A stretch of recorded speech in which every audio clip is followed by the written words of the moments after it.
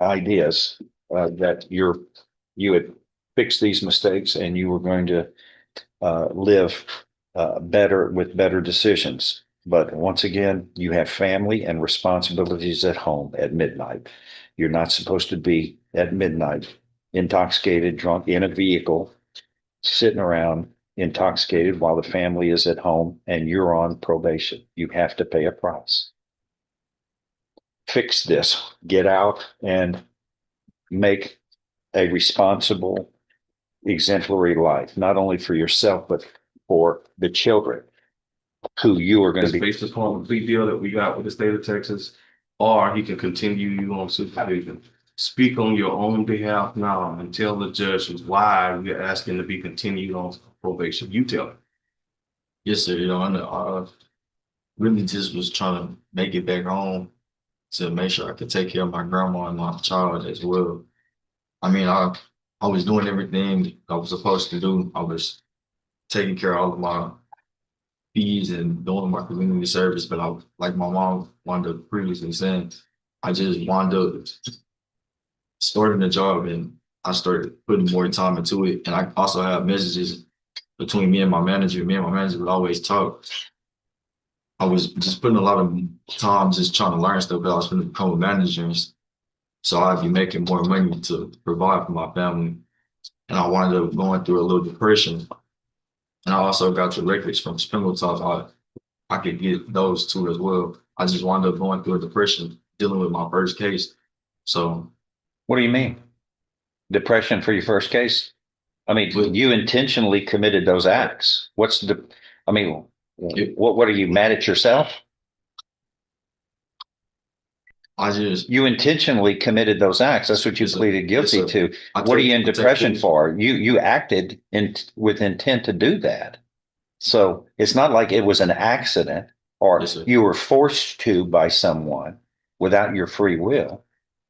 Yes, sir. Don't be blaming something when it's your intent. You've got to stand up like a man, and actually that's what you did when you accepted responsibility the first time. Yes, sir. Because this was serious. And you heard about from the probation officer when he testified about programs that are available to you. Did you hear his testimony, right? Yes, sir. And I asked him, think the program was pretty good. He said, yes, it is. Yes, sir. That came from him, right? So if they have a pretty good program and he says that it's a pretty good program, your mama's saying that she's going to do the transportation to get you there. The question I got for you is, if the judge keeps you on probation, will you do the program? Yes, sir. And will you be there and listen attentively and do what you need to do? Yes, sir. All right. So are you asking the court to continue you on supervision based upon what the court has heard from the probation officer, yourself, your mother, as well as your grandmother? Yes, sir. All right. And this time, if you got this one shot, you're not going to let any others down, are you? No, sir. All right. Thank you for your time. I have no question for this defendant. Go ahead. Don't go anywhere. Anything else? That's it, Judge. I just would ask the court to continue him on supervision, and I'm not going to rehash everything that you've already heard. I'm sorry, please. I'm not going to rehash everything that you've already heard. It's just listening to the mom, the grandmother. I really believe that they're sincere from their heart. Hey, let me ask something before we finish up here on evidence in this case. I'm looking at Yes, sir. this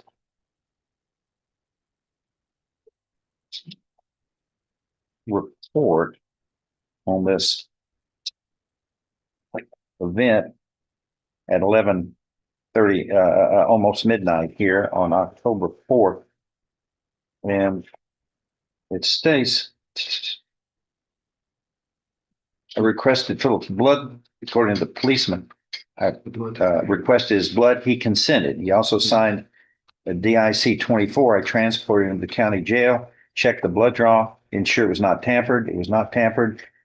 Draw was made at a little after midnight, about 1 o'clock, and he was released. I placed the blood evidence in the blood evidence fridge. There's nothing in here I that got talks it back. about what the, We got the test back. I don't have anything about the If result. there's no objection from Mr. Adams, Judge, I tender to the court. Okay. It came back. I tender to the court the lab report indicating a 0.197 BAC from that evening. Okay.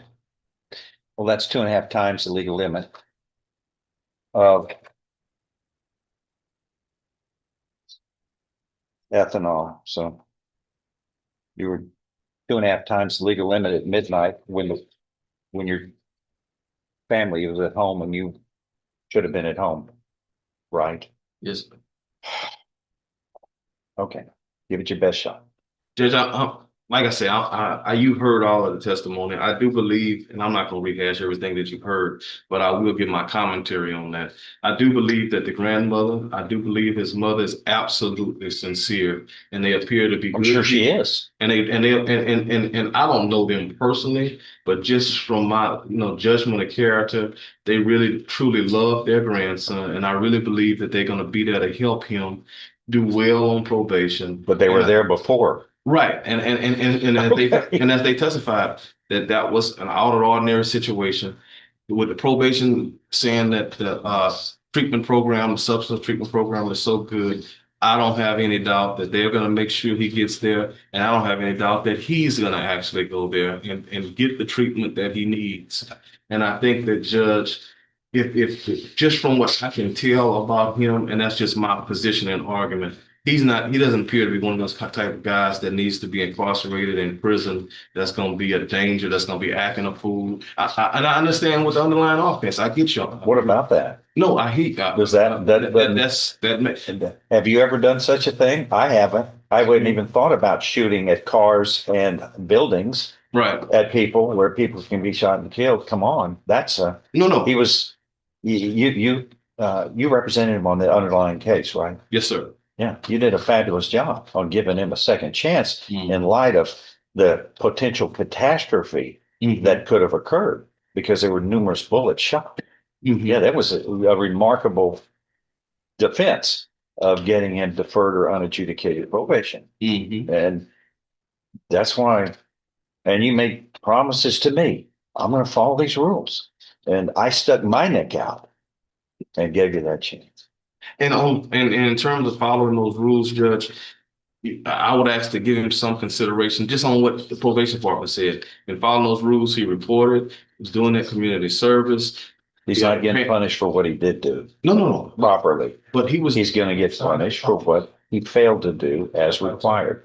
Right. But I would just ask that the court would take that in consideration for mitigation purposes, because those were the things that he did well. And your probation department brought those things out.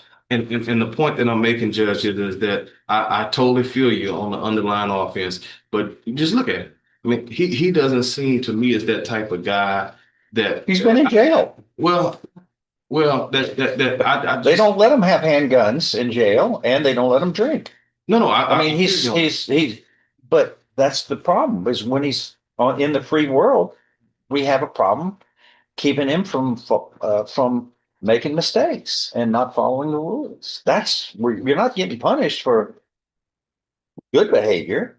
You're punished for failing to conform to what you were required to do, that you promised you would do. Follow all the rules. I just think, Judge, if you give him this one shot, and I know you gave him first shot, which is probation. If you just give him this second shot, let's say that the second shot, I don't believe you'll see him again. And I just get that impression just from the support that he has for the family. I mean, you just think about this, Judge, and here's why I be quiet. Think about all of the people who come into your court, right, who don't have that family support and background. He does have that support. And I think that grandmother, and you can look at her, she appears to be a wise lady, years of experience and wisdom. And I think when they have that heart to heart grandmother, grandson conversation, if you continue him, I think after that conversation, the chances of him coming back is not going to be good. And I think that conversation is going to take place. Most people in this room who are defendants don't have that kind of familial support and role modeling at home. He does. Yes, sir. Shame on him for having that environment, knowing right from wrong, and still making the wrong choices. Not one wrong choice, choices. You had role modeling at home. That was good. You go against what they were representing. You acted contrary to what their role modeling and examples were. And reminding you what you tried to tell me a little while ago that I find disturbing is I've got family at home. You had a family at home at midnight when you were almost three times the legal limit of intoxication while you were on probation that forbid that kind of behavior. You should have been at home taking care of the family like you promised you would. And you were put in harm's way because you shot up the town that night and almost killed numerous people by shooting into cars and buildings.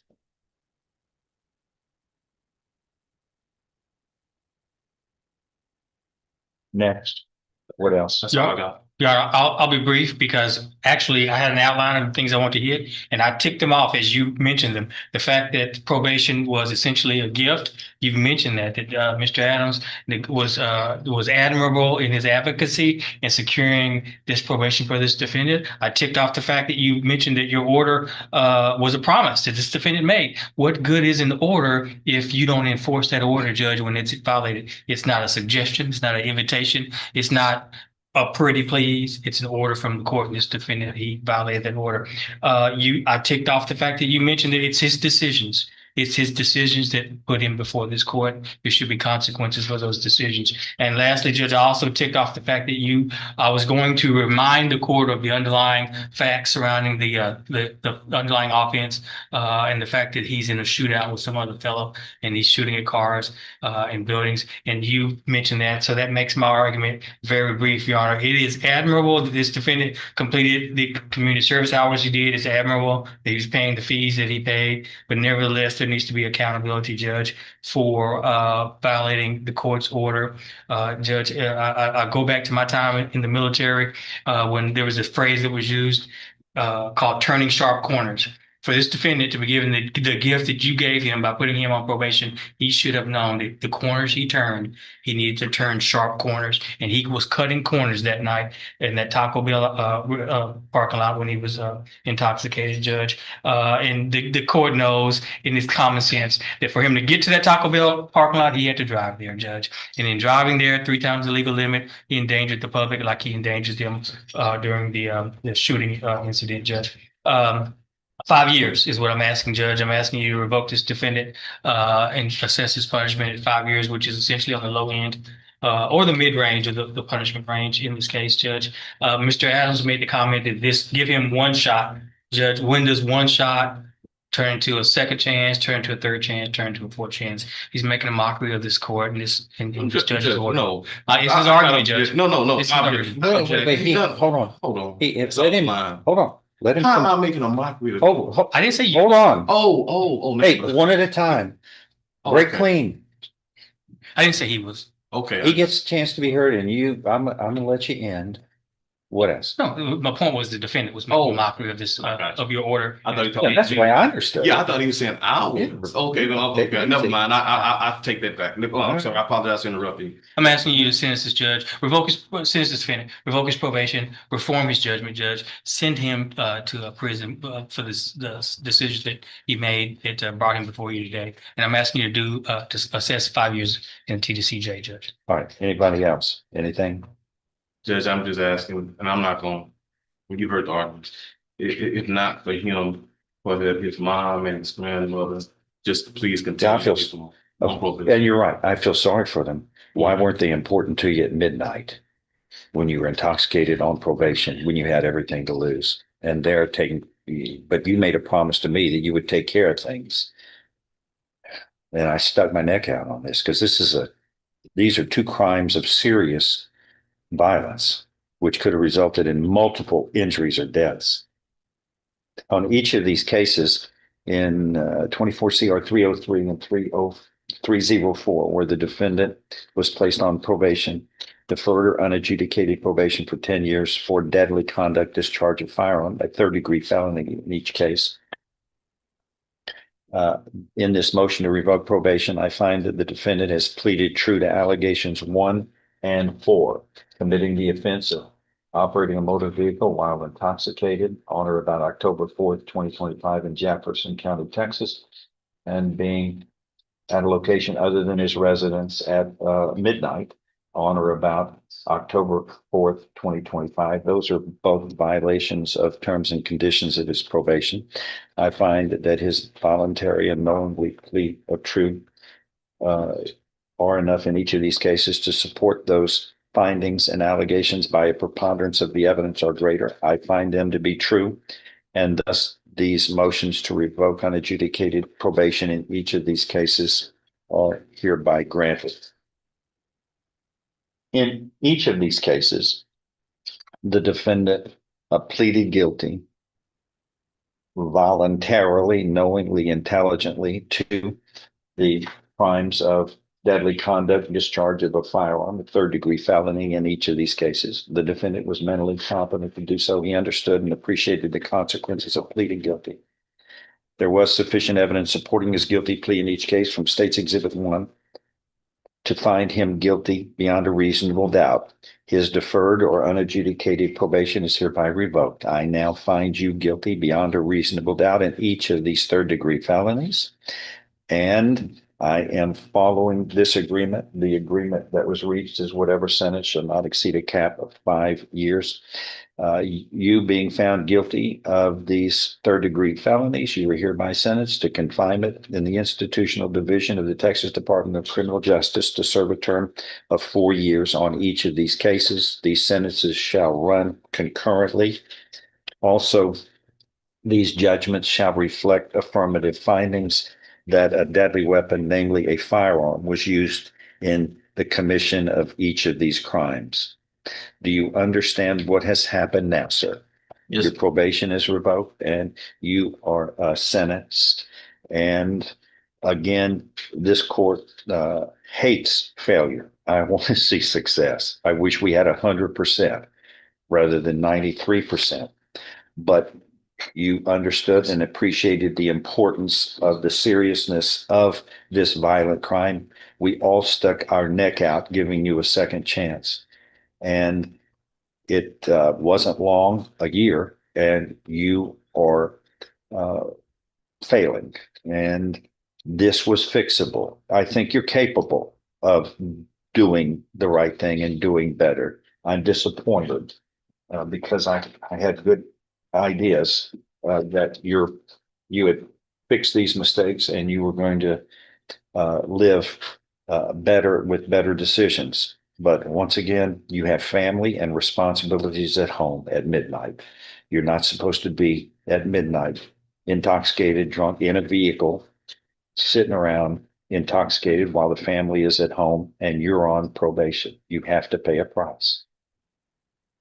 Fix this, get out and make a responsible, exemplary life, not only for yourself, but for the children who you are going to be role modeling.